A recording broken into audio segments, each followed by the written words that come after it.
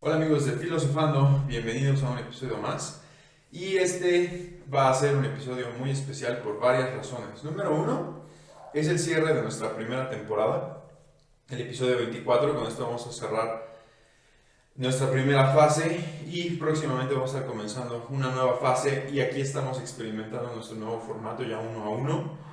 Segunda razón, si nos están siguiendo en nuestras redes de Krieger Escola, estamos haciendo un pequeño evento alusivo al Oktoberfest y obviamente con una temática muy alemana. Entonces, pues la temática va de la mano con ese evento.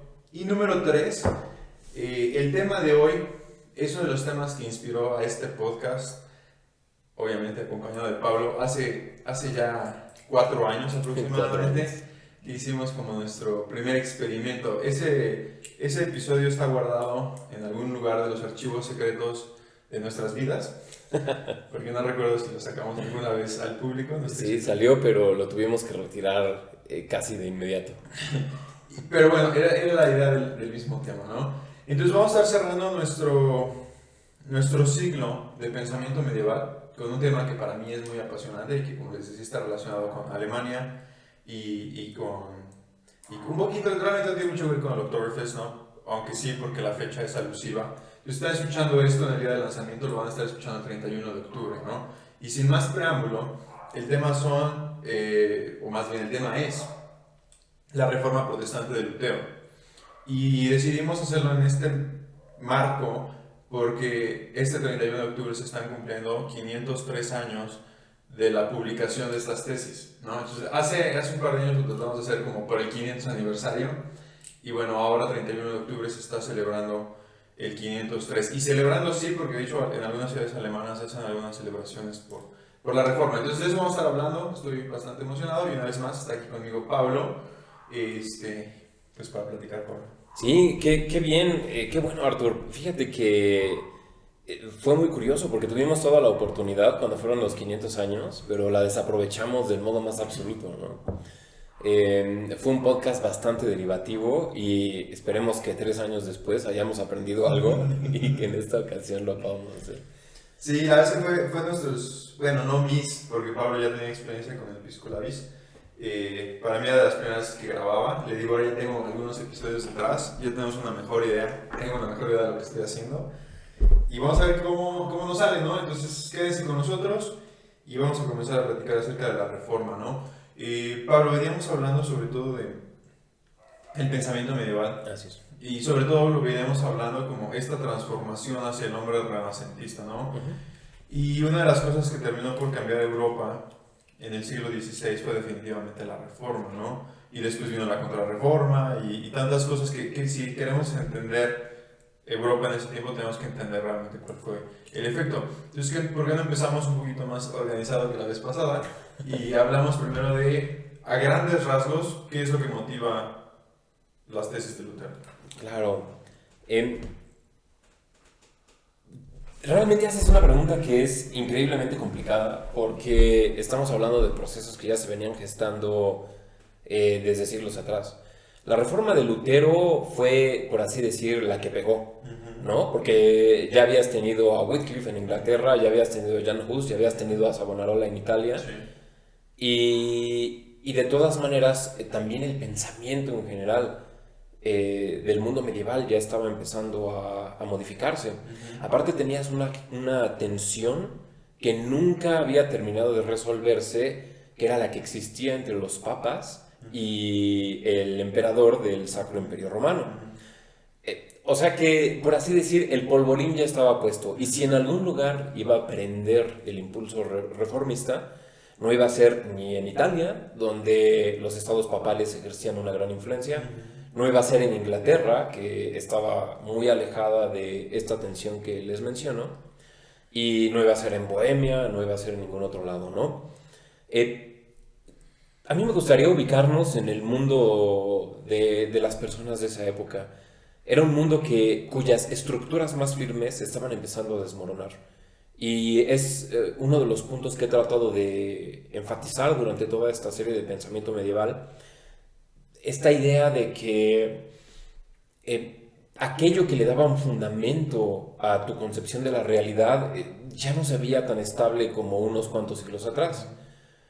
Y aparte tienes otros hechos monumentales en la historia, como por ejemplo el descubrimiento de América, y entonces, en serio, lo que antes parecía ser el centro del mundo, pues ya no es el centro del mundo. Y la iglesia, como le ocurre a muchas instituciones, pues se había estado calcificando bastante, había tenido unas luchas intestinas bastante desagradables, como por ejemplo lo que es que hoy en día se conoce como el rapto babilonio, pero realmente es el papado de Aviñón. Entonces, si capaz sería fascinante después, yo creo que Leo inclusive será la persona indicada para hablar de ello. Tenían un papa en Roma y aparte tenían un papa en Aviñón y se consideraba no solamente por quienes fueron protestantes después, sino era un sentimiento generalizado de que la iglesia se había corrompido, de que la iglesia había perdido el camino. Y esto no solamente era un sentimiento entre los que fueron protestantes o entre Lutero, o sea, Lutero no fue único en ese sentido. La iglesia estaba hecha un desorden, ¿no? Y como casi siempre hay algo que es lo que, así como para la Primera Guerra Mundial es el asesinato del archiduque, siempre hay algún evento que empuja, que empuja algo que ya se viene gestando sobre la borda y entonces se viene cambio importantísimo, ¿no? Y en este caso de lo que estamos hablando es el atropello de la venta de indulgencias, particularmente en Alemania. Entonces, para no hacerles el cuento muy largo, esencialmente lo que pasó es que alguien había comprado no me acuerdo si era un obispado o algo por el estilo, ¿no? O sea, que dentro de la iglesia era uno de los peores pecados, que es el pecado de simonía, que es la venta de puestos eclesiásticos. Entonces, alguien compró y dijo, bueno, me gasté un churro de lana, pero ahora cómo recupero mi inversión. Y la manera de recuperar la inversión, entonces era, pues voy a hacer una gran campaña de recolecta de indulgencias. Y eso esencialmente es la gota que derramó el vaso, lo que en cierta manera empujó a Lutero a denunciar a denunciar los atropellos y la corrupción que había dentro de la iglesia romana. Y esto daría pie, y aquí en mi opinión esto es lo más interesante, esto daría pie a que se revelaran diferencias teológicas súper profundas que no se han resuelto hasta nuestros días. Sí, esa es la parte interesante. Bueno, ya tenemos más o menos el contexto, lo que se viene dando. Hay una frase muy interesante de Lutero que en algún momento llega a decir, si yo hubiese sabido lo que iba a desatar, no lo hubiese hecho, no lo hubiese publicado. Y parece que ese fue su sentimiento al inicio. Sin embargo, las acciones que él toma al final de su vida ya parecen haberlo puesto del otro lado, es decir, bueno, creo que finalmente hice lo correcto, ¿no? Y la segunda parte es más o menos saber eso, ¿no? ¿Cuáles fueron los cambios que desató las 95 tesis? ¿No? Porque al inicio, esto es algo muy importante, actualmente Lutero ha sido un poquito como demonificado, ¿no? Sobre todo por los católicos, ¿no? Es como el gran protestante el que generó el primero, ¿no? El cisma, ¿no? Y que generó toda esta idea del protestantismo, ¿no? Es el gran culpable. Y creo que algo muy importante que tenemos que entender es que la intención original de Lutero no era generar un cisma. Lutero ni siquiera quería salir de la Iglesia Católica, él quería mejorar a la Iglesia Católica. Decía, creo que esto es lo que no está funcionando y deberían poner atención en esta parte, ¿no? Así es. Esa era realmente su intención. Y creo que, no sé si estás de acuerdo tú, la respuesta del papado, la respuesta del obispado, a ambas partes, de decir, estás mal y básicamente te vamos a silenciar, lo que a él lo lleva a radicalizarse un poquito. Al inicio ni siquiera diría que se radicalizó, al final creo que sí, pero creo que eso fue lo que lo llevó a tomar las medidas que tomó, ¿no? Así es, y aquí hay algo bien interesante, porque si nosotros agarramos, o sea, lo que pasa es que nos hemos pintado esta escena increíblemente dramática, en la cual tienes a esta figura en contra de todo, clavando sus tesis, y estas tesis van a incendiar a Europa en llamas, ¿no? O sea, evidentemente él no podía saber que de hecho eso iba a ocurrir. Y alguien que nos escucha, alguien que apenas está entrando en este tema, podría decir, bueno, a ver, ¿qué dicen estas tesis? Yo las voy a leer porque ha de ser la cosa más incendiaria del mundo. Y tú las lees y son estas distinciones sobre pequeños puntos teológicos que para nosotros ya no tienen ninguna diferencia, especialmente las primeras 95 tesis. Después, efectivamente, es cuando se revela esta diferencia teológica importante.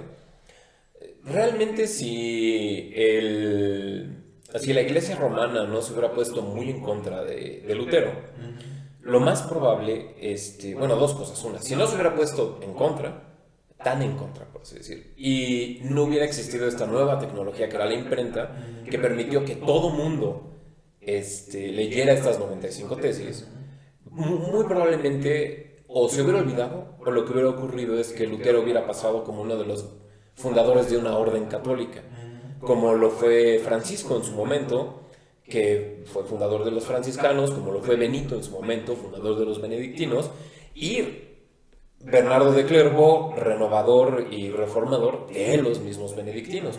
Es decir, la Iglesia Católica ya había tenido estos procesos de reforma donde decían, ok, esto está demasiado corrupto, vamos a enderezar el camino. Es algo que había ocurrido en la Iglesia Católica desde siempre. Se puede decir que desde la concepción de la misma Iglesia, ¿no? O sea, al año 50 de nuestra era tenemos el Concilio de Jerusalén, donde los apóstoles se juntan a decir, a ver, ¿es esto lo que Jesús quería o no? Pero regresando y retomando un poco el tema principal, probablemente son las 5 solas que se conocen lo que verdaderamente reveló la diferencia de contenido. No solamente decir, oigan, se están pasando de lanza con su corrupción y con sus indulgencias, sino que al mismo tiempo aquí hay algo que ustedes tienen verdaderamente mal. Y entonces Lutero propone, por así decir, 5 reglas. Y estas 5 reglas son las que le llaman las 5 solas. Aquí las anoté porque siempre me equivoco, ¿no? Que es sola Escritura, sola Fide, sola Gratia, sola Dei Gloria y solus Jesus Christi. Christus, perdón.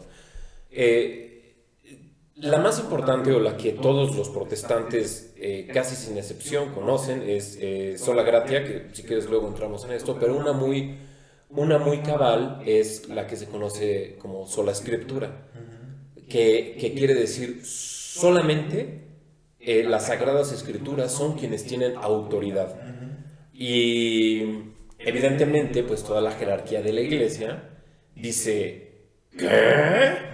¿No? ¿Cómo te atreves a decir eso si nosotros somos quienes tenemos autoridad interpretativa? Y tenemos toda una gran tradición que nos dice exactamente qué es lo que tenemos que hacer. Y si de por sí, o sea, y creo que todos sabemos que si alguien ya está bien arraigado en el poder y de repente le dices que el sustento de su poder no tiene un verdadero fundamento, pues se te va a voltear como perro rabioso. Y aparte ya tuviste este fenómeno que no podía existir antes de que se viralizó lo que publicaste por la imprenta y pues empieza a ser una bola de nieve, ¿no? Sí, y esa es la parte interesante, creo yo. Lo que dijiste al inicio, ¿no? Ya habíamos tenido las guerras suicidas en lo que es tipo la Bohemia y que fueron brutalmente apaciguadas. Y es la otra parte que también mencionabas, el contexto histórico le permitió a Lutero tener una difusión. Básicamente fue el Facebook de su tiempo, ¿no? El poder difundir a través de la imprenta sus ideas, ¿no? Y que estas 95 tesis que él clavó en la puerta, después toda la gente pudiera tenerlas a manera de panfletos, básicamente, y leerlas en la calle, ¿no? Después, una otra cosa que le dio mucho éxito a Lutero y que es uno de los grandes estandartes quizás de la protesta, del protestantismo, perdón, y que actualmente incluso los católicos se pueden beneficiar de ello, es que él fue el primero en traducir la Biblia y permitir, bueno, no primero traducirla de esta manera, sino justamente a través de la imprenta, su traducción se pudiera llevar a toda la gente, ¿no? Porque antes la Biblia estaba, se escribía, se transcribía y se exponía en latín, ¿no? Las misas eran en latín, y entonces Lutero justamente habla de esto y dice, necesitamos, que eso viene más adelante, no es parte de las tesis originales, necesitamos que la gente empiece a leer y que conozca la palabra. Justamente ahí es una frase y ese gran debate, ¿no? Entre la Iglesia Católica y casi cualquier denominación protestante, que es, y si no mal recuerdo está en Timoteo, la palabra no es de interpretación privada, y es una de las grandes peleas que hay, ¿no? Y entonces de repente lo que tú decías, la Iglesia dice, no, los únicos que podemos interpretar somos nosotros, y los protestantes ahora empiezan a decir, no, la interpretación no te pertenece solo a ti, ¿no? Así es. Y es ahí donde nos lleva la segunda parte de la conversación, ¿no? ¿Cuáles son las primeras repercusiones que empezamos a ver en el mundo occidental, en Europa principalmente, que se derivan de la reforma luterana? Pues creo que la más importante es que algo que empezó como una disputa teológica se convirtió en un cisma de repercusiones gigantescas, ¿no? Y prácticamente todo el siglo siguiente, pues tienes una Europa dividida y desgarrada por guerras de religión. Quizás eso es lo más relevante desde mi punto de vista. Fíjate que por eso me gustaría enfatizar que hoy en día las diferencias se nos harían inclusive un poco banales. Y podemos entrar, si quieres, a discutir un poco sobre sola gratia, que creo que es donde está probablemente la diferencia teológica más sustancial. Pero yo diría que la verdadera consecuencia de Lutero, independientemente de, por así decir, el renacimiento espiritual que causó para muchas personas, es que las guerras de religión finalmente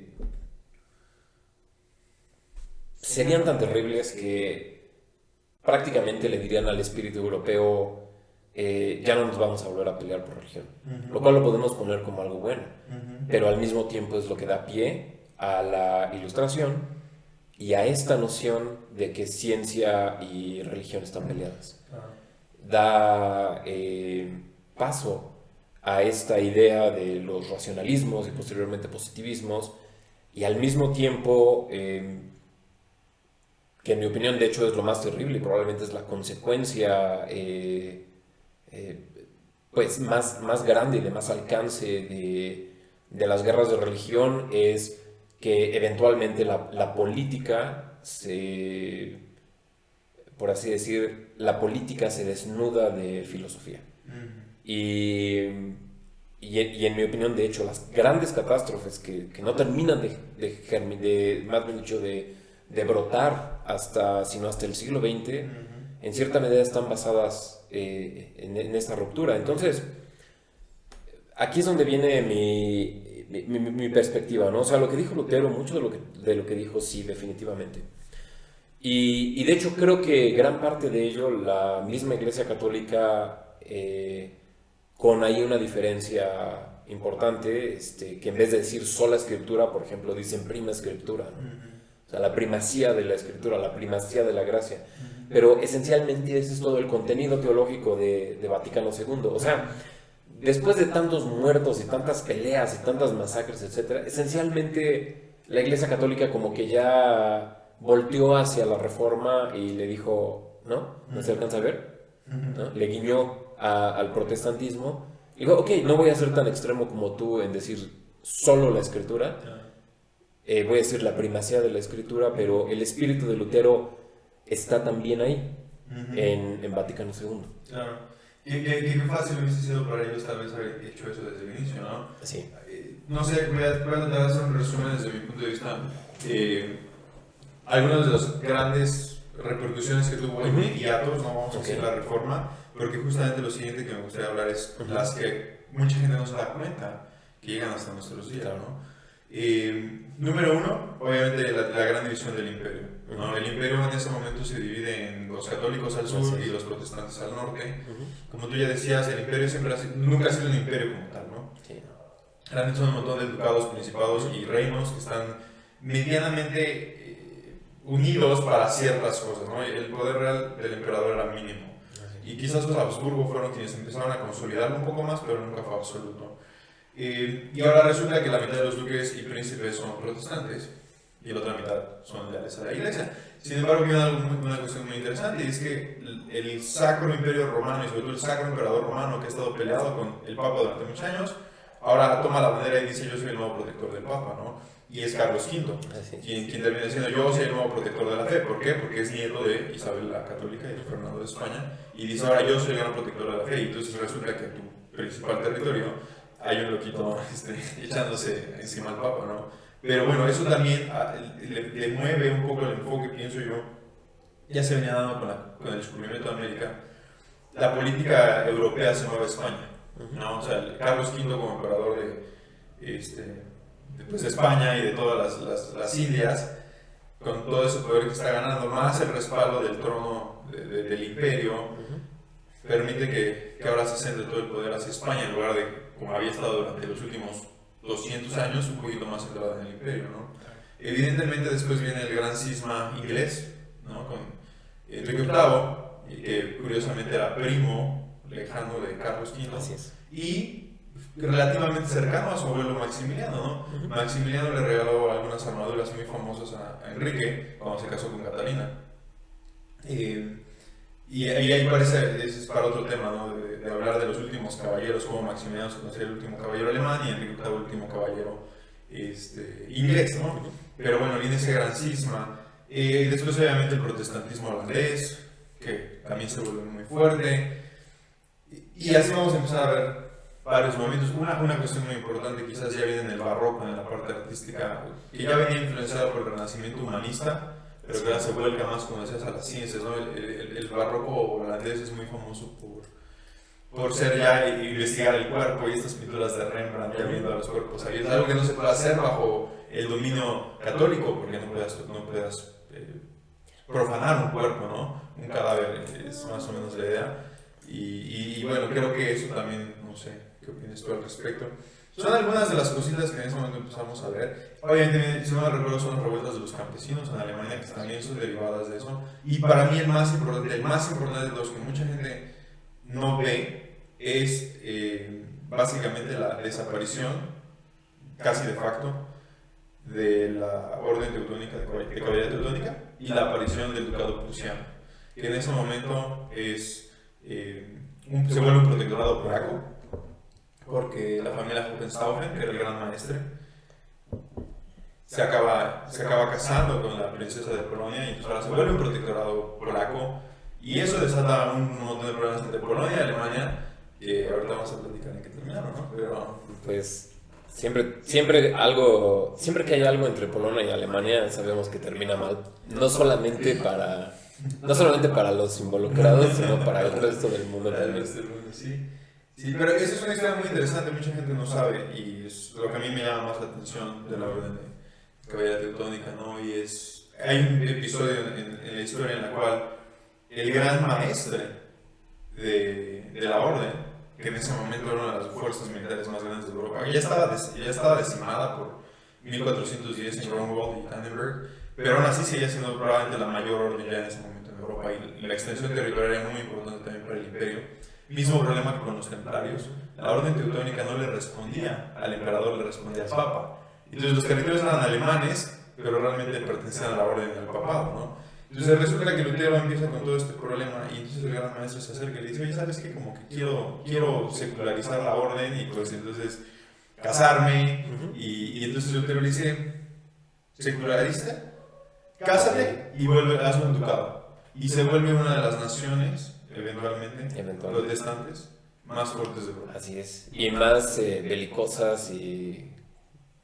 ¿Por qué no pudieron quedarse en su pantano, amigo? Bueno, muchas suposiciones. Pero bueno, en fin.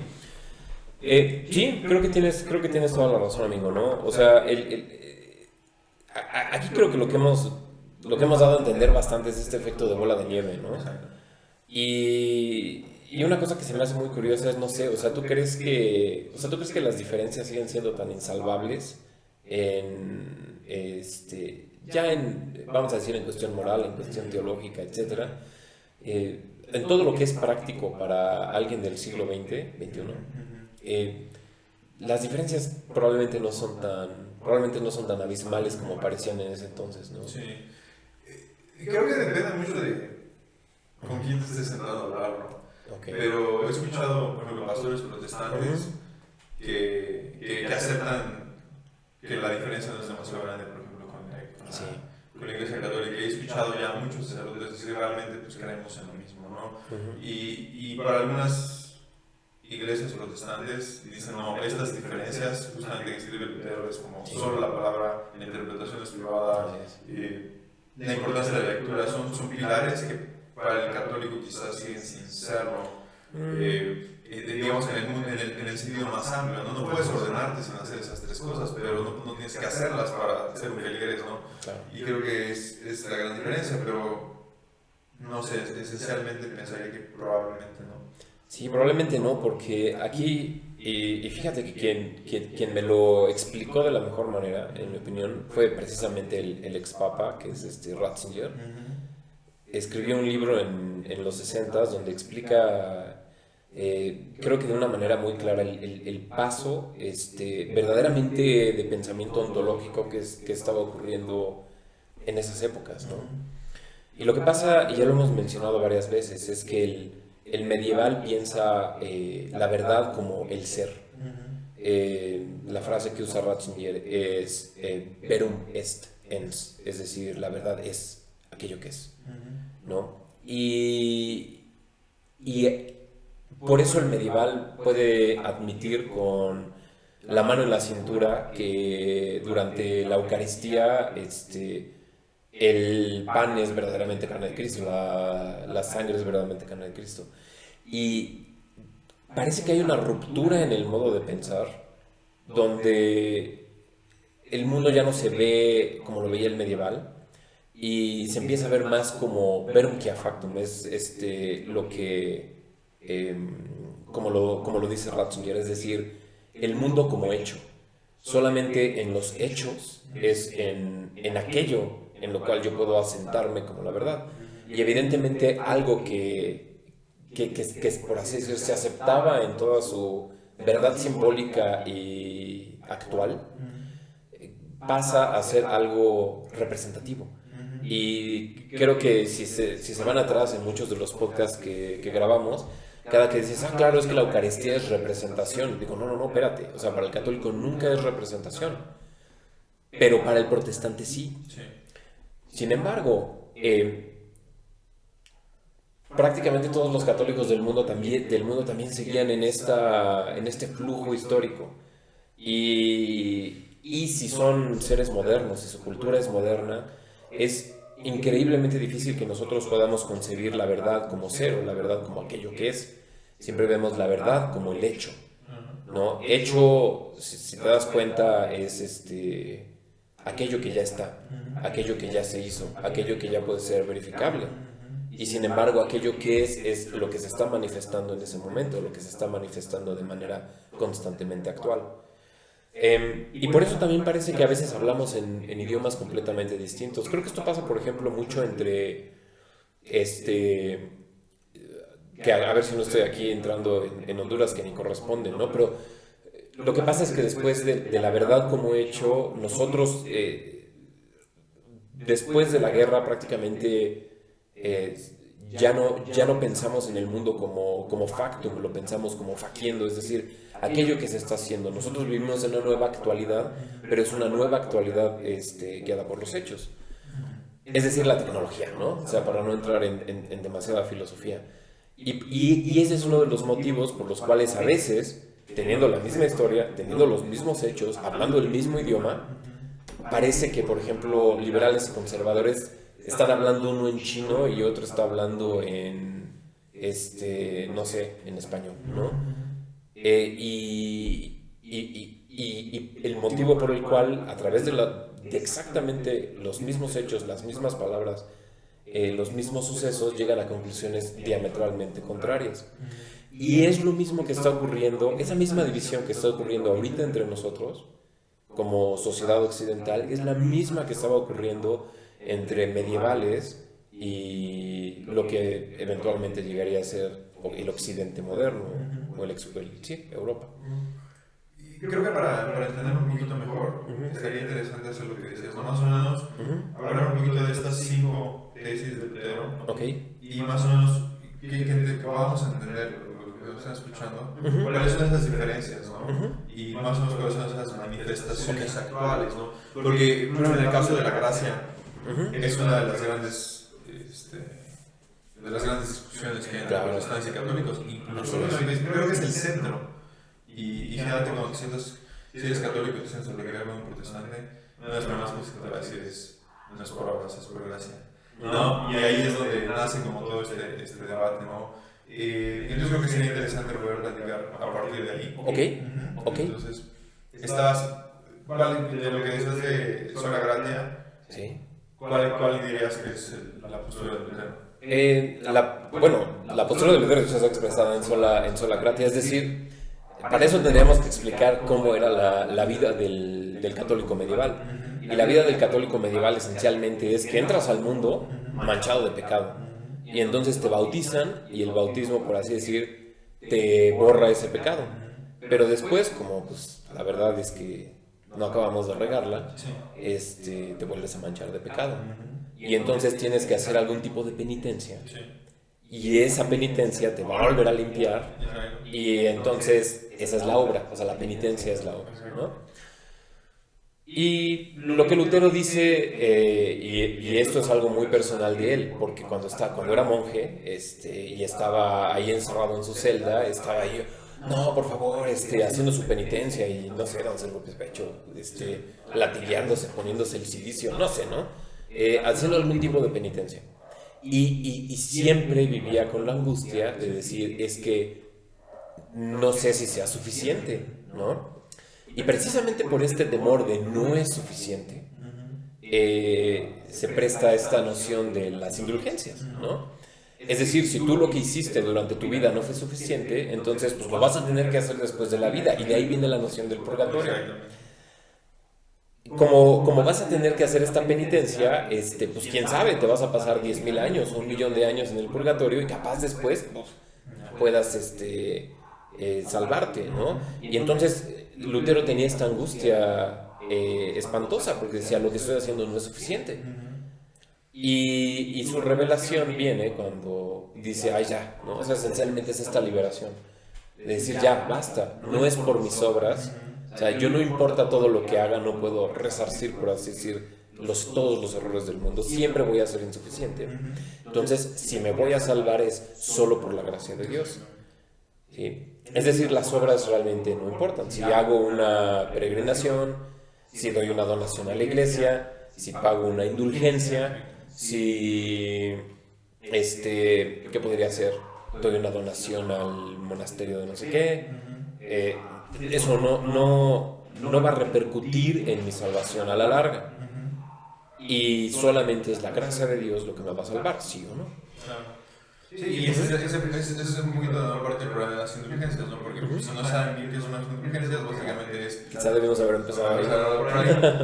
Es justamente, no sé si mi papá que se acaba de morir es salvo, si su alma va a estar, si se va a ir al cielo, básicamente. Entonces, porque ya hizo todas las, ¿cómo se llama? La primera comunión, la confirmación, hizo todos los sacramentos, le dio los santos óleos, hizo todo lo que tenía que hacer, además se confesó y hizo sus penitencias, ¿no? Pero resulta que no estamos seguros si fue al cielo porque el Señor pues, no era tan buena onda, ¿no? Entonces llega este obispo y no solo fue el único que lo hizo, sino varias veces hizo antes.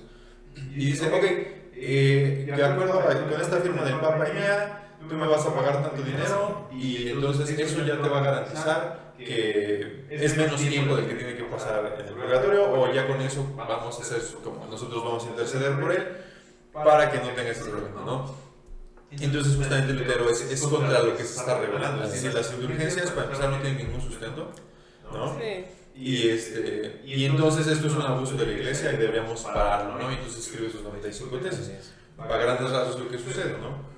Pero eran muy chistosos porque además tenían sus slogans. O sea, hoy en día que está de moda que tienes que explicar algo muy complejo en un tweet o que todos son slogans incendiarios, es algo que ellos tenían muy bien armado, ¿no? A mí lo que me da muchísima risa es que le parecía verdaderamente aberrante a Lutero, que es el de a ver si lo puedo traducir con la misma gracia, ¿no? O sea, si metes una moneda en este cofre, no sé, del purgatorio tu alma sale, una cosa por el estilo, ¿no? Luego busco una rima chistosa, pero tenían sus eslogans, ¿no? Entonces, das una moneda, te damos la indulgencia y entonces el alma de tu papá o de tu hermano que se acaba de morir o de tu hijo que, imagínate, ¿no? Tu hijo que apenas recibió el bautismo y demás, pero se murió y la mortalidad infantil en ese entonces era terrible. Y obviamente está aquí la manita de puerco, ¿no? Porque yo llego y te digo, o sea, ¿en serio vas a dejar que tus familiares pasen tantos años en el purgatorio? Y obviamente a nosotros como modernos, la idea de las indulgencias nos parece completamente ridícula, ¿no? Pero a mí aquí me gustaría ser un poco apologético. Evidentemente lo que estaban haciendo con la venta de indulgencias pues es un abuso. Pero el purgatorio en cierta manera es como de estas realidades psicológicas que en cierta manera se descubren, por así decirlo, ¿no? Entonces ahí es donde yo un poco diría, bueno, o sea, sí, en los evangelios nunca vas a encontrar y el purgatorio, ¿no? Pero pues se convirtió en parte de la tradición, ¿no? Y la tradición es algo que es muy importante para la Iglesia Católica. Y ahí es donde viene uno de los grandes puntos de Lutero, y es una de las grandes armas del protestantismo, es decir, la escritura es la única base, la escritura no habla del purgatorio, y la tradición es importante porque lo único importante es la fuente. Un poquito más historicistas, no sé cómo llamarles, ¿no? Sí. Mientras que los otros vuelven más tradicionalistas y un poquito más interpretativos. Efectivamente. Y generalmente está este pasaje de Pablo ya les citaba, ¿no? Y no es por obras para que nadie se gloríe, y básicamente diciendo la interpretación que se le da actualmente, sobre todo entre los protestantes, es la siguiente: tú no puedes hacer nada en esta tierra para salvarte de tu pecado, porque la única forma por la cual te puedes salvar es por la gracia de Dios a través del sacrificio de Cristo. Cualquier otra cosa es añadirle. Y hay una parte en la que Pablo dice que al añadirle, le quitas o le restas valor al sacrificio de Cristo, ¿no? Así es. Y es una de las grandes. Y ahí es cuando esencialmente quizás no hay tanta diferencia, pero creo que este es un punto casi irreparable entre ambos lados, ¿no? Es decir, porque actualmente, no sé, vino Francisco, el Papa Francisco, y dice: ok, ya no tienes que pagar por misas, ¿no? Que es algo que yo me acuerdo hace 10 años, todavía lo hacían mi familia por mi abuelo, ¿no? Ibas a pagar la misa para que se intercediera por él en su aniversario de fallecimiento, ¿no? Y de repente viene Francisco, que ha resultado un poco polémico como papa, a decir: ¿sabes qué? No podemos cobrar por eso, ¿no? Porque hasta cierto punto se aparece, no sé si haya sido la razón de Francisco, pero desde mi interpretación es como, pues es muy similar a la indulgencia, es decir, bueno, páganos, te vamos a mencionar en la misa y eso ya le va a echar la mano al difunto, ¿no? Y creo que son ese tipo de diferencias casi insalvables que todavía vemos entre los protestantes y la iglesia. Así es, ¿no? Pero también fíjate que, y aquí es donde hay que criticar un poco al protestantismo, y a ver cómo se te retuerce el rostro, ¿no? El problema es que puede acabar siendo un poco seco, un poco duro, un poco nada atractivo. ¿Por qué? Porque si tienes, o sea, una consecuencia de sola gratia es que a través de tus obras no puedes hacer absolutamente nada. Y por ejemplo, este es el giro calvinista, ¿no? O sea, el giro calvinista es esencialmente todos ustedes están condenados, ¿no? Y los que se van a salvar son mínimos, ¿no? La salvación es mínima y no puedes hacer absolutamente nada para ello. Entonces se genera esta noción de culpa, de severidad, de desprecio, etcétera, ¿no? Y lo ves una y otra vez aparecer en diferentes denominaciones protestantes, como pues los puritanos, unos de ellos, tienes a los calvinistas, que tienen una perspectiva verdaderamente desagradable del mundo, y no solamente vamos a decir, del mundo material, sino hasta del mundo espiritual. Es increíblemente duro, y no ofrece ningún consuelo, que bien que mal, en cierta manera es una de las grandes funciones de la religión. Claro. Sí, como dices, el purgatorio se vuelve parte de la tradición, es importante porque si ya no la armé aquí, tengo chance después, ¿no? De alguna manera. Sí. Mira, tanto el purgatorio, y creo que mucho de esto es lo que la relevancia, por ejemplo, de personajes como Dante, y eventualmente lo que en mi opinión de hecho es uno de los mejores escritores católicos posteriores, John Henry Newman, que él de hecho era anglicano, pero después admitió, por ejemplo, no voy a decir la utilidad de la Virgen, ¿no? Que igual es uno de los puntos de mayor pelea entre católicos y protestantes, sino que en cierta medida John Henry Newman, y aquí lo que pasa es que los católicos me van a matar, ¿no? Pero descubrió la utilidad, o más bien dicho, la relevancia psicológica de estas realidades espirituales. El purgatorio tiene un gran beneficio, y el gran beneficio es este, mira, el consuelo va más o menos de este lado. Está bien, ¿no? O sea, tú solo por tus obras definitivamente no te puedes salvar, ¿no? Solamente una interpretación muy corrupta de las obras es lo que te... Solamente una interpretación muy corrupta de las obras dentro del esquema católico es lo que te llevaría a pensar por tus obras te puedes salvar, ¿no? Pero eso esencialmente pues ya es brujería, ¿no? Y es lo que hace toda... por así decir, son los errores espirituales en los que caen estas personas que están con su enneagrama y sus ángeles y que no, ahora me voy a echar el... Y la ley de la atracción es lo mismo, ¿no? Es la misma aberración, ¿no? Pero... si... El purgatorio esencialmente te da una nueva oportunidad de redimirte, ¿sí? O sea, el problema es que la realidad de un mundo caído, de un mundo... donde sabes el mal que has causado, donde sabes, etcétera, ¿no? El purgatorio es, por así decir, una segunda oportunidad para que puedas hacer algo por tu pecado, pero no es a través de las obras, o sea, es prima gratia, ¿sí? Este es se puede decir que la respuesta católica a Lutero no es, estás completamente mal, son las obras, o sea, no es una inversión de 180 grados, es primero la gracia, pero tus obras algo tienen. Y el problema es que es el mensaje católico, que es un mensaje bastante sensato. Creo que inclusive para muchos protestantes dirían, bueno, o sea, no está tan mal, ¿no? O sea, no me estás diciendo voy a empezar a vender indulgencias otra vez y dame una lana y te saco del infierno, ¿no? Pero se perdió en toda la ridículamente complicada teología del Concilio de Trento. El Concilio de Trento es esencialmente la Iglesia se junta, la Iglesia Católica se junta y dice cómo vamos a responder a la Reforma, ¿no? Sí. ¿Y debe haber una reforma? Sí. Es un término que hoy ya no se usa tanto, ¿no? Hoy se conoce más como la Reforma Católica. Y efectivamente, por ejemplo, toda la corrupción, venta de indulgencias, simonía, o sea, la misma iglesia dijo, esto está de la patada. Y se volvió a corromper y se tuvo que volver a reformar. Y ahora con lo de los abusos sexuales, se volvió a corromper y se va a tener que volver a reformar, ¿no? Sí, ¿Así? Sí, y ese es creo uno de los puntos más delicados, ¿no? Y que probablemente si alguno de ustedes es protestante y está escuchando y va a decir, bueno, sobre la escritura, ¿no? Y te va a decir, la escritura dice esto, entonces no me importa cuál sea el valor simbólico de todo lo que me estás diciendo, la escritura es la escritura, ¿no? Ahora, por el otro lado, ya hablaste del contraste, porque sí están los puritanos, ¿no? Que llegaron a Estados Unidos y si quieren entender por qué algunas cosas son en Estados Unidos como son, pues tienen que entender a los puritanos, ¿no? O sea, sobre todo la zona de Nueva York, Boston, es como entiendan por qué son así, puritanos. Okay. Y que son holandeses principalmente, que emigraron justamente bajo esta idea, y un poquito los mormones siguen también de esa línea, ¿no?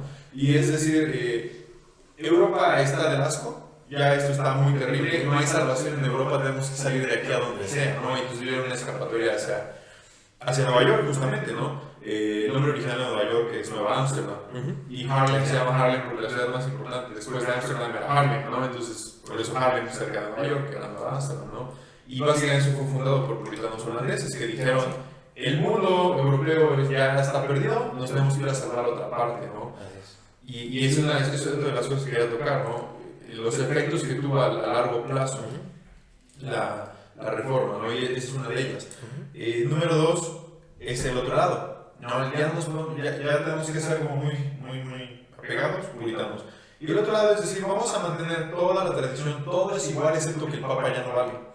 Así es, No. sí, esa es muy buena, eso sí, son los anglicanos. Ustedes van a Inglaterra y te metes a St. Paul's Cathedral y estás en la catedral católica Exactamente, básicamente, sí. y la tradición es exactamente la misma. Los sacramentos siguen en pie. No cambiaron nada, excepto que el poder de Dios en la tierra es Enrique VIII. Así es. Y después toda la familia real, ¿no? Bueno, cualquiera que haya sido su sucesor, en este caso la reina Elizabeth II, pero es básicamente la iglesia católica en inglés.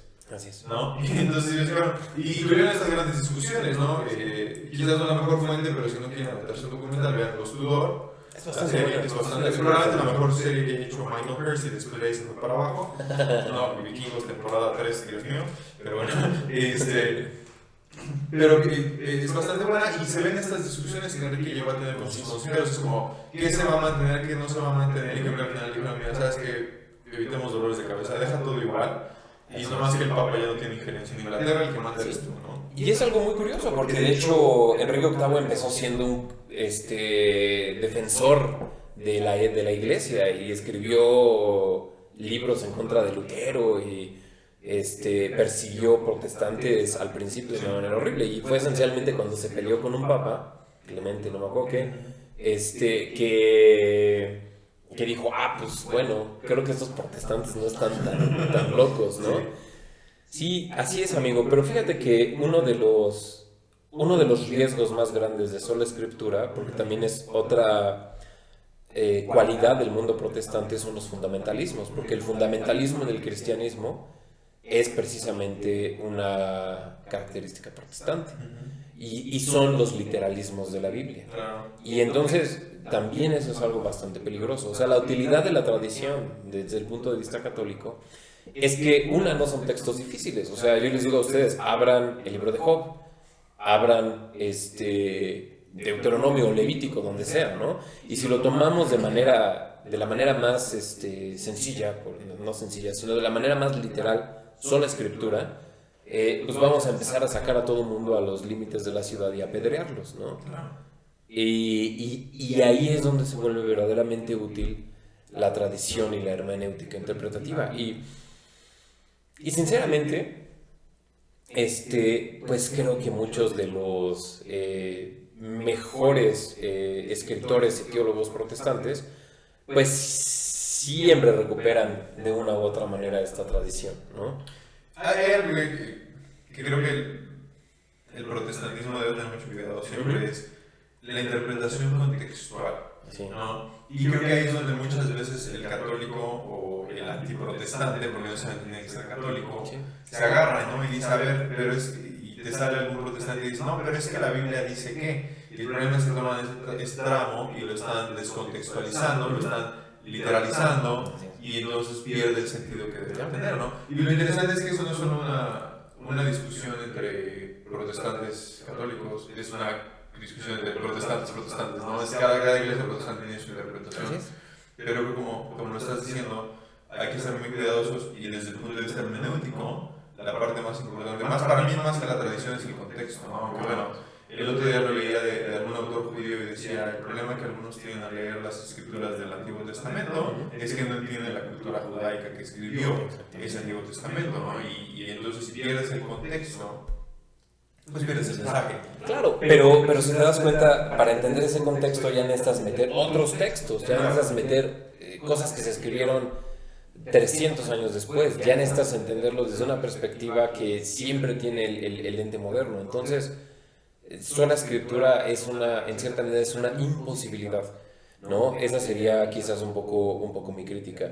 Y el hecho es que, pues sí, o sea, el fundamentalismo o el literalismo bíblico es algo que no se presenta ni entre los cristianos ortodoxos ni entre los católicos y realmente ni siquiera entre los protestantes europeos. Es algo casi exclusivo de los protestantes de Estados Unidos, ¿no? Esos son los grandes fundamentalismos desde el punto de vista cristiano. Pero también, no sé amigo, ¿quieres que nos sigamos con las otras solas? ¿Cuáles son las que nos quedan? Nos falta sola fide, que va muy relacionada con sola gratia. Sola Dei Gloria, creo que también. Y Solus Jesus Christus es probablemente la última, pero pues ahí sí ya es una cuestión bastante teológica, aunque pues para dar el resumen, esencialmente es por lo cual los protestantes no les laten los santos, no les laten las vírgenes y cosas del estilo, ¿no? Todo es a través de la fe, ¿no? La otra es sola fide, Sola Dei Gloria. Ajá, la gloria de Dios y finalmente solamente Jesús, que es el centro, no es lo que cualquier protestante va a decir. Así es. Pero sí creo que es una discusión muy, muy teológica, que no es la intención del episodio. Porque a lo mejor pasamos un poquito, que ya lo tocamos, pero las repercusiones a largo plazo. Para mí hay una que me encanta, y ahorita de lo que quiero hablar, pero me gustaría, ¿qué te llama la atención? Las repercusiones a largo plazo, además de las que ya mencionabas, que nos llevó a la ilustración, al racionalismo y al positivismo, que ahora nos lleva a la tecnocracia en la que vivimos y de la cual hemos hablado en otros episodios. ¿Qué otra cosa crees que se le puede atribuir a... Fue Lutero, básicamente, la mecha, o la chispa que encendió esa mecha, que actualmente, o que en los últimos, no sé, 500 años, 503 años. Sí, 503 años es, Sí, déjate lo resumo en 2 frases. Pero una o dos cosas. Sí, pues una que me parece muy importante, especialmente para América, pues es la antes llamada Contrarreforma, ahora llamada Reforma Católica, porque si tú bien lo dices, en algunos movimientos puritanos, los protestantes dijeron, vámonos de Europa porque esto ya está muy corrupto. Pues bueno, esencialmente, después de la Reforma, el mundo católico esencialmente dijo que Europa ya está perdida, ¿no? Sí. Vámonos a América, ¿no? Y uno de los sitios donde... Y por eso somos tan kitsch y tan barrocos en México, porque esencialmente... pues aquí es donde pegó más duro la Contrarreforma, o la Reforma Católica. Y es algo curioso, ¿no? Porque de las mejores cosas de la cultura europea, que me imagino que tanto tú como yo nos fascinan, de las mejores cosas precisamente vienen de la Contrarreforma. Es decir, la gran arquitectura de Italia, de Roma, de las mejores pinturas, del arte más exquisito, de la mejor literatura, de la mejor poesía, precisamente salió de la gran imaginación de la Reforma Católica. Estoy hablando de Bernini, de Rafael, estoy hablando de San Juan de la Cruz, de Teresa de la Cruz, en el mundo hispánico, ¿no? Y es algo muy curioso porque esta ruptura religiosa, al fin y al cabo, también causó una renovación tanto del lado protestante como del lado católico. A pesar de que después, especialmente después de Westfalia, empieza este gran ímpetu racionalista, lo que hoy en día verdaderamente asociamos con lo mejor de la cultura europea salió tanto de la Reforma como de la Reforma Católica. Bach, Händel, o sea, toda la gran música salió precisamente de esos lugares, inspirada por esa renovación espiritual, ¿no? Entonces, el arte sería probablemente el gran arte europeo. Es lo que en cierta medida le debemos, ¿no? A estas grandes pugnas religiosas. Fíjate que lo del otro lado. Sí, a ver. Creo que la Reforma también nos trajo, y digo, es el gran momento, ¿no? Es el quiebre hacia el mundo de 1500. Sí. Pero creo que también nos trajo un poco de las peores cosas. Y como historiador y como habiendo sido formado principalmente en la escuela francesa, lo cual, no digan. No, pero finalmente tuve una formación muy a lo Bloch, muy brauderiana. Fue la formación que me dio en la universidad y que realmente me gusta. Pues me gusta ver la historia en los grandes ciclos, ¿no? Y si analizamos algunos de los hechos que les estaba contando hace un momento, la Segunda Guerra Mundial es simplemente la repercusión lógica de la reforma en Prusia. Y mucha gente, cuando trato de explicar lo que es la larga duración y la historia cíclica, me gusta mucho utilizar este ejemplo porque mucha gente, creo que la mayoría de la gente no lo sabe. Pero si lo hacemos en retrospectiva, una de las ideales de Hitler era reexpandir el Reich, ¿no? Regresarlo a su antigua gloria. Lo interesante es que, bueno, y por eso es una de las razones por las cuales se ocupó Polonia, ¿no? Es decir, esos territorios nos pertenecen, los perdimos después de la Primera Guerra Mundial, los queremos de vuelta, ¿no? ¿De dónde vienen esos territorios? De la Orden de Caballería Teutónica. Sí, ¿no? Pero te voy a terminar de contar cómo lo veo yo. Entonces, la Orden toma todos estos territorios que pertenecen a Lituania, perdón, Estonia, una parte de Polonia, genera todas estas colonias alemanas en la parte norte de Europa y eventualmente se convierten en el Ducado de Prusia, ¿no? Gracias a la Reforma Luterana. Y el Ducado de Prusia eventualmente se convierte en el gran integrador de la Kleine Deutsch, que es la pequeña Alemania, quien pelea la Primera Guerra Mundial. Y finalmente Hitler termina desembocando en esta idea de decir, queremos recuperar al Reich, que evidentemente es un proceso histórico de 500 años, prácticamente de 1517 a 1940 más o menos, 30 y algo, cuando subió Hitler al poder, que no es tan sencillo, no estoy básicamente súper simplificando un proceso histórico muy largo, ¿no? Pero básicamente lo puedo resumir de esta manera. Si el gran maestro de la orden teutónica no seculariza la orden y lo convierte en Prusia, producto en gran parte por esta conversación que tiene Lutero, entonces después no tenemos todo lo demás, ¿no? Entonces sé que es como tratar de alargar muchísimo el proceso histórico, ¿no? Pero sí podríamos pensar qué hubiese pasado si la reforma no se da y Prusia nunca se genera. Sí, podríamos pensarlo, pero mira, lo que pasa es que se genera Prusia, pero realmente la Prusia belicosa, la Prusia marcial, pues es más un producto de Federico el Grande, que pues esencialmente es lo que se conoce como el tirano ilustrado par excellence, ¿no? Y estos cuates pues realmente se refieren más a la ilustración que a la reforma de Lutero. O sea, yo creo que ¿cómo decir? En la mesa de noche de Federico el Grande hubieras encontrado probablemente más a Voltaire que a Lutero.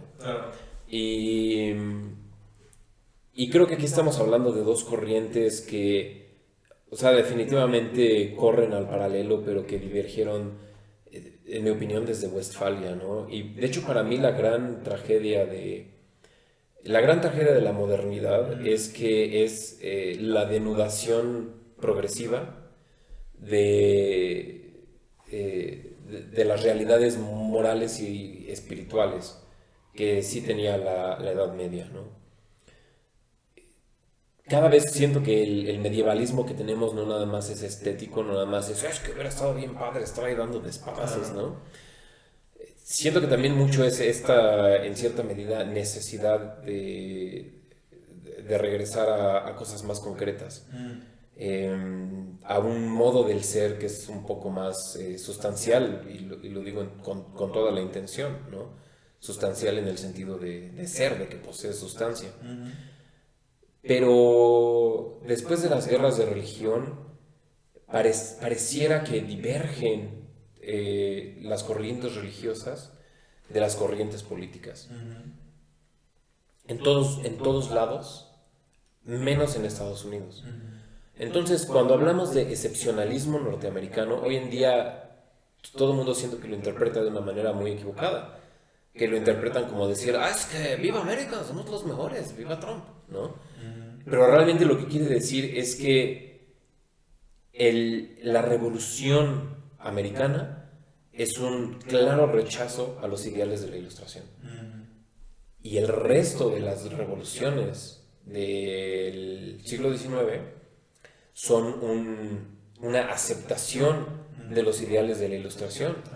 Y acabo de leer un libro, pero es esos que yo no sé por qué los leo, porque es una tortura espantosa, ¿no? Se llama La religión de Hitler, de Richard Picard. Ampliamente recomendado. Y en Hitler puedes ver ya estos procesos perfectamente ya coagulados, donde efectivamente la religión es algo secundario. la religión no importa, lo único que importa es el poder político.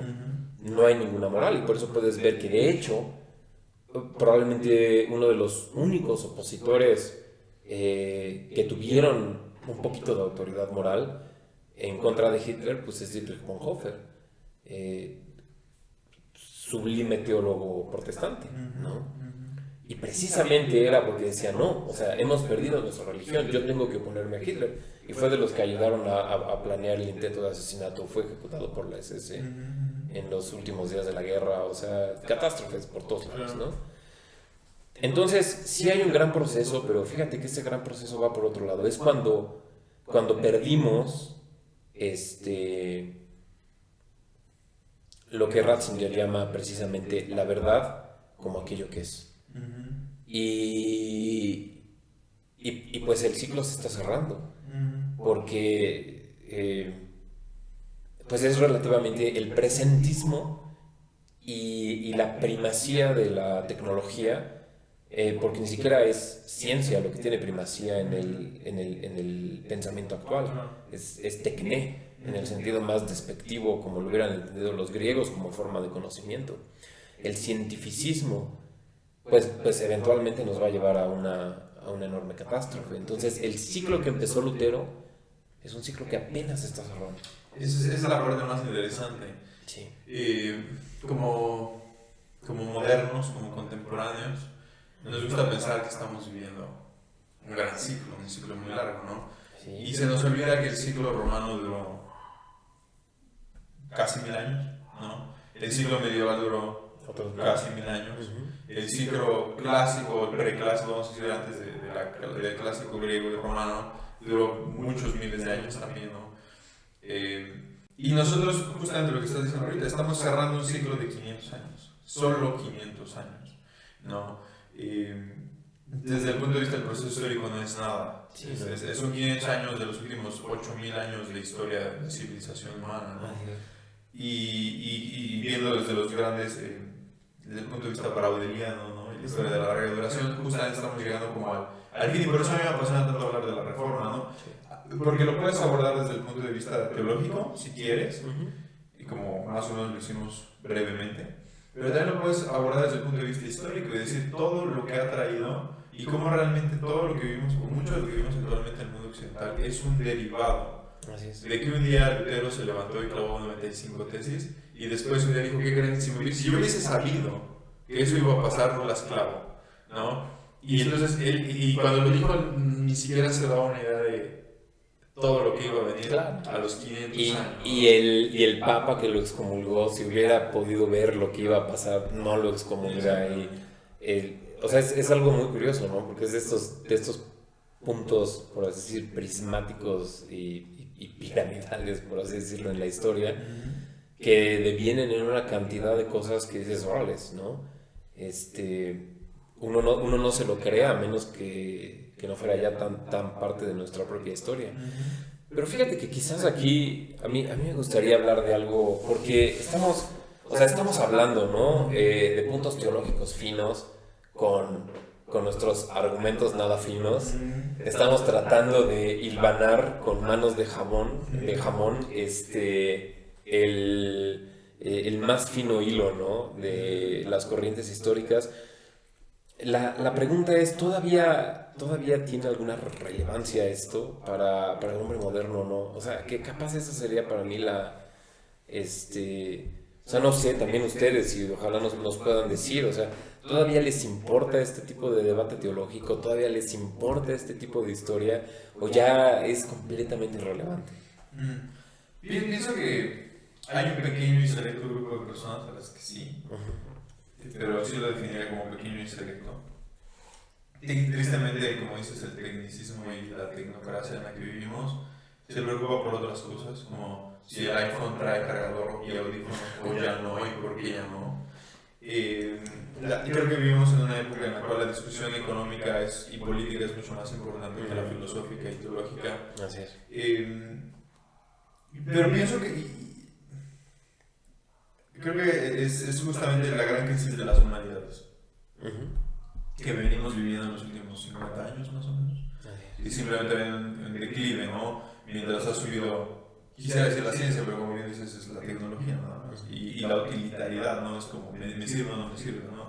Que podría ir conectado con el nihilismo del que ya hemos hablado anteriormente, ¿no? Pero todo viene entrelazado. Y es la gran crisis de las humanidades. Sin embargo, creo que la gran decadencia de la sociedad actual viene de la mano de la gran decadencia de las humanidades.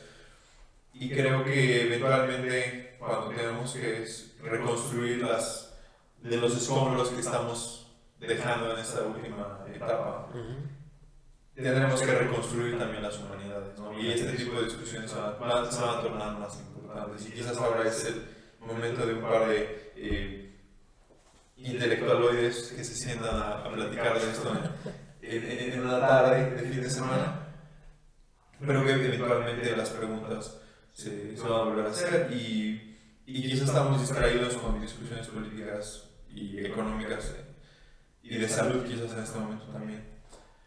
Pero eventualmente creo que la gente va a empezar a voltear y ya lo empieza a hacer, ¿no? O sea, yo lo veo en el fenómeno estudiantil, o sea, con chicos jóvenes de 14, 15 años que a lo mejor todavía no entienden estos temas y no es como que nosotros los entendamos al 100%, pero sí empiezan a voltear a decir, ¿qué pasa con esto? O sea, yo quiero saber más de eso. Y como que empiezo a volver a ver esa hambre y empiezo a ver ese cambio generacional, ¿no? Yo que tengo varios años ya trabajando con adolescentes, vine viendo camadas de adolescentes muy nihilistas, muy al momento, ¿no? Y muy revolucionados y muy revolucionarios, si lo pongo entre comillas, por si está en el audio y en el video. Y ahora empiezo a ver una nueva camada que se empieza a ver una línea muy clara, un parteaguas entre la última y la nueva, que empiezan a ser más curiosos, que empiezan a ser más conscientes, que empiezan a ser más preguntones, digamos. Yo creo que esa generación es la que empieza a levantar otra vez y quizás podamos ver un resurgimiento de las humanidades, pero yo pienso que sí es importante, pero creo que es importante para pocas personas. Esa es la parte que a mí más me inquieta porque...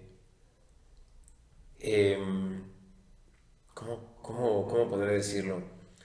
O sea, me inquieta porque los secularismos siempre acaban en gran catástrofe, ¿no? Y lo que yo me pregunto es si todavía tiene la religión, y estoy hablando de la mejor religión, ¿no? O sea, ya sea protestante o ya sea católica, y el judaísmo desgraciadamente pues es un club muy selecto, ¿no? Sí. Y por su mismo elitismo pues no puede atraer a los jóvenes, ¿no? Pero yo me pregunto si todavía tiene la vitalidad intelectual y si todavía tiene la vitalidad cultural para ser igual de atractiva que todas las borradas de como TikTok y no, o sea, ya ni sé, ¿no? O sea, y aquí estoy revelando que ya me convertí en un cascarrabias, ¿no? Porque digo, esos jóvenes en mi tiempo leíamos libros en vez de ver TikToks, ¿no? Pero no veo otro camino, ¿no? Eso es algo muy curioso. Y el acceso, esta es la desgracia, fíjate. El acceso nunca puede ser teológico de inicio. Si el primer acercamiento rara vez es así. El primer acercamiento casi siempre es estético. Y una de las principales degradaciones que vemos, y fíjate, yo también creo que por eso hubo tanta producción de arte durante la Reforma y la Contrarreforma.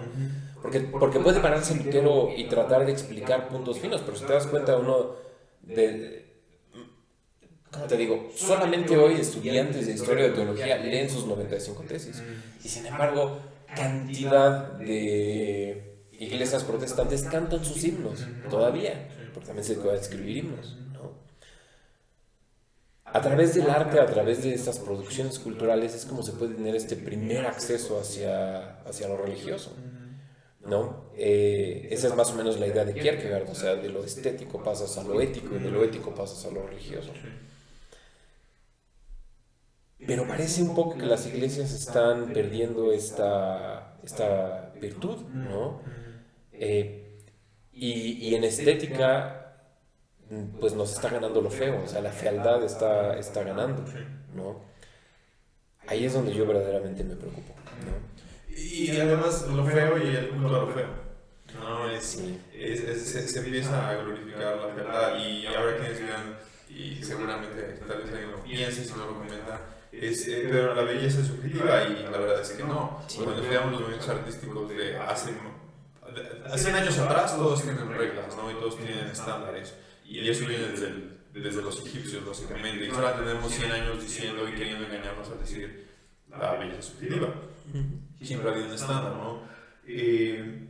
Y por el otro lado, creo que esta crisis, ¿no? Y ese Dios ha muerto, vayan al episodio de Dios ha muerto, del que nos advertía Nietzsche, que estamos viendo actualmente, empieza a tratar de ser paliada por el New Age, ¿no? El mindfulness, es la realidad y creo que eso te da la razón a lo que estás diciendo, porque la gente está buscando algo, pero las opciones originales, Sí. el entrar a la iglesia, el acercarte a una iglesia protestante, el escuchar el mismo discurso que se ha escuchado por los últimos 100 años, porque tampoco es como que sea un discurso muy antiguo, el discurso protestante actual no es tan antiguo, ya no les parece suficiente, ¿no?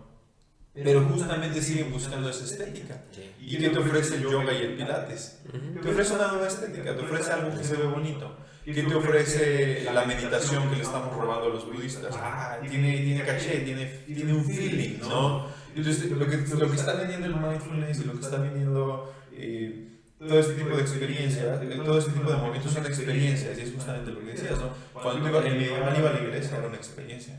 Era pararte y los vitrales, escuchar las músicas y todo. Es una experiencia que ellos interpretaban de una forma divina, ¿no? Y que ahora se ha perdido un poco, pero como dices. Pero fíjate que era la experiencia como conducto A, y aquí es donde de hecho yo nos acuso de superficiales, porque estoy completamente de acuerdo contigo. Porque lo que nos gustaría, o sea, si alguien te pudiera vender una religión con grandes experiencias, la experiencia mística, esto, de hecho por eso dentro del catolicismo está el renacimiento de los movimientos carismáticos, y por eso también dentro del protestantismo tienes todos estos que se ponen a hacer un mega show y esto y lo otro, y ahora todos los CEOs que van y se ponen a comer ayahuasca y hongos y esto y lo otro. O sea, se está buscando la experiencia, pero ya no es la experiencia como como conducto hacia algo, es la experiencia en sí misma, y eso o sea, la consecuencia necesaria es que es un encierro en el yo, y consecuentemente es una forma de narcisismo. Ese es el verdadero peligro. ¿Por qué? Porque esa estética no conduce a la ética. Esa estética simplemente se queda en, güey, o sea, no mames, me fui y me eché unos hongos y no tienes idea, y el chamán, buenísima onda, ¿no? Y bueno, y cambiaste algo en tu, que chingan a su madre todos, ¿no? Y probablemente pongas un blip ahí, pero...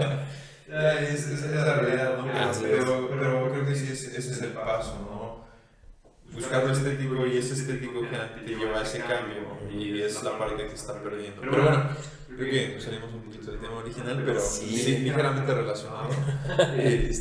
Porque es lo que decíamos, finalmente es una discusión teológica. O sea, actualmente lo podemos ver de otros ángulos, pero la discusión originalmente fue una discusión teológica que se convirtió en una discusión política, que se convirtió en una discusión de otros tipos, y aquí nos tiene 503 años después, en una noche de Halloween además,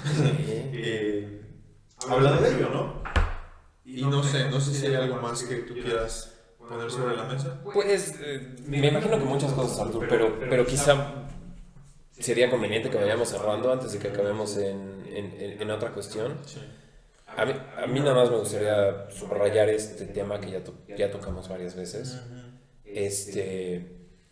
Esencialmente, esta noción errónea, después del Tratado de Westfalia, esencialmente Europa y el mundo occidental dice, ya no nos vamos a pelear por religión, pero la consecuencia es que la política se vuelve aética, no voy a decir antiética, la política intenta volverse aética, y entonces tienes todas estas figuras del realpolitik, ¿no? Este utilitarismo de si puedo lograr algo no me importa sacrificar a 1 millón de soldados, ¿no? Siempre y cuando lo que pueda lograr sea políticamente beneficioso. Y lo tienes del lado conservador, como en Metternich, lo tienes en Bismarck, y lo tienes en el, por así decirlo, el peor de todos eventualmente, que es Marx, ¿no? Y ahora que nuestras batallas morales se pelean en gran medida en la arena política, desde que se te puede obligar a que te pongas una máscara, a que si está bien que abortes a tu hijo a los 9 meses,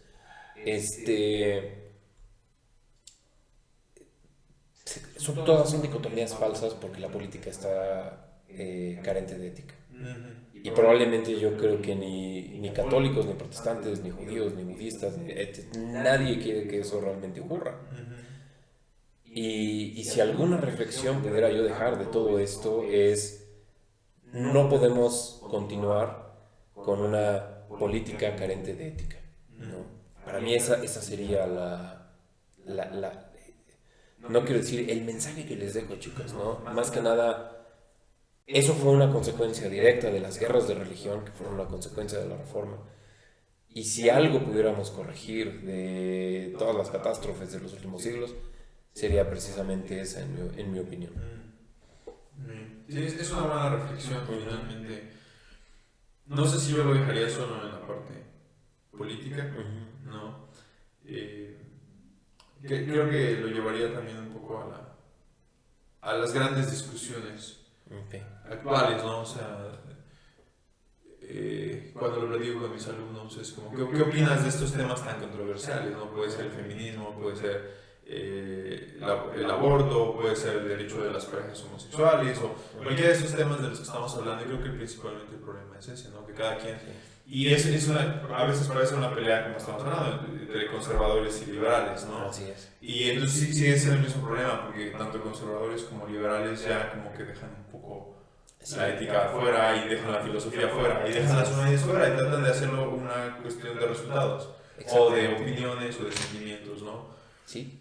Entonces creo que lo tenemos que llevar más allá de eso y pues creo que sí, finalmente, más allá de la importancia de la reforma o de lo que venimos hablando, es la importancia de las humanidades y de poder sentarnos y empezar a hablar, aprender y hablar y discutir estos temas y empezar a hacerlo desde una nueva perspectiva, ¿no? Y entender que las humanidades, la filosofía no son solo como para un par de intelectualoides que se dan en su casa a tomar té, sino que realmente son una parte esencial y básicamente lo que decías, la estética te lleva a la ética y tenemos que regresar a esa ética, cualquiera que sea la ética que pretendan seguir, pero que haya algo, no haya sustancia detrás de lo que estás diciendo y no sea una repetición tecnócrata de lo que has escuchado en los últimos 2 años en televisión. Así es, no con eso. Y bueno, yo diría, dejen redes sociales y lean muchos libros. Menos, sí, claro, pero nuestras redes esas sí las pueden seguir. Consuman contenidos de calidad. Pero bueno, Pablo, muchas gracias. No hay de qué, amigos, siempre es un placer. Una nueva experiencia, esperemos que les haya gustado este nuevo formato. Díganos en los comentarios o un mensaje privado que les parezca más cómodo. ¿Qué les pareció este nuevo formato ya en vivo? Obviamente con mucho cuidado. Tanto cuidado que es una ilusión óptica porque parece que estamos nada más como a 1,20 m, pero realmente estamos como a 2 metros de distancia. Exactamente. Así es. Y bueno, síganos en nuestras redes sociales, ya saben que en YouTube nos encuentran como Krieger Escola, igual que en Facebook y en Instagram. Y no se pierdan la siguiente temporada. Muchas gracias por ver los episodios de esta temporada. Pablo está sorprendido por la cantidad de gente que nos está viendo, así que no dejen de hacerlo y escuchando. Ya saben que nos encuentran en Spotify, Google Podcast, Apple Podcast, YouTube, Facebook y todas esas cosas lindas. Y bueno, nos vemos en la siguiente temporada de Filosofando. Adiós.